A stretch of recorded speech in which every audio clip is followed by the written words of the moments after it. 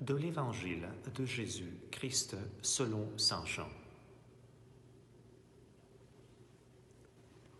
Ne soyez pas étonnés. L'heure vient où tous ceux qui sont dans les tombeaux entendront la voix de Dieu.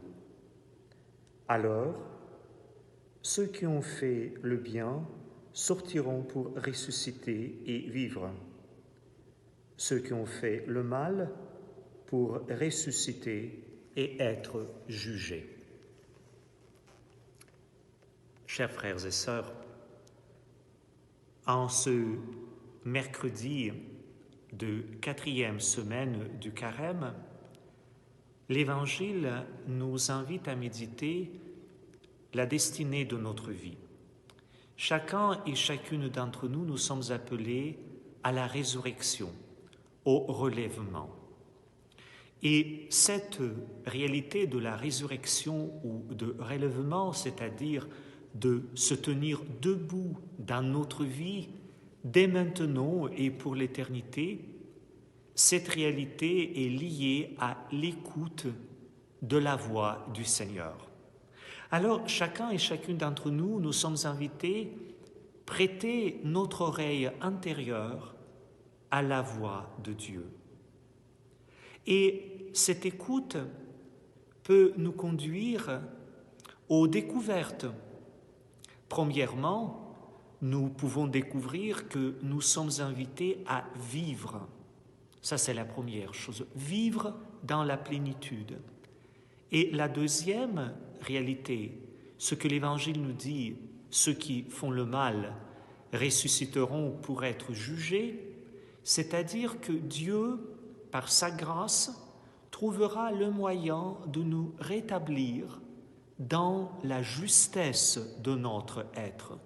Et pour cela, il faut passer au crible du jugement. Il faut aller à la lumière du jugement pour reconnaître tout ce qui était bon et en même temps reconnaître tout ce qui était nocif et de nous débarrasser avec et grâce à la grâce de Dieu de tout ce qui nous entrave et ce qui nous met dans toutes sortes d'esclavage. Aujourd'hui, en ce mercredi, le 17 mars, l'Église fait mémoire de Saint Patrick. Alors, Saint Patrick peut être pour nous une personne qui nous aide à cette écoute de Dieu qui nous fait ressusciter. Contrairement à ce qu'on pense, Saint Patrick n'était pas un Irlandais, c'est un Anglais.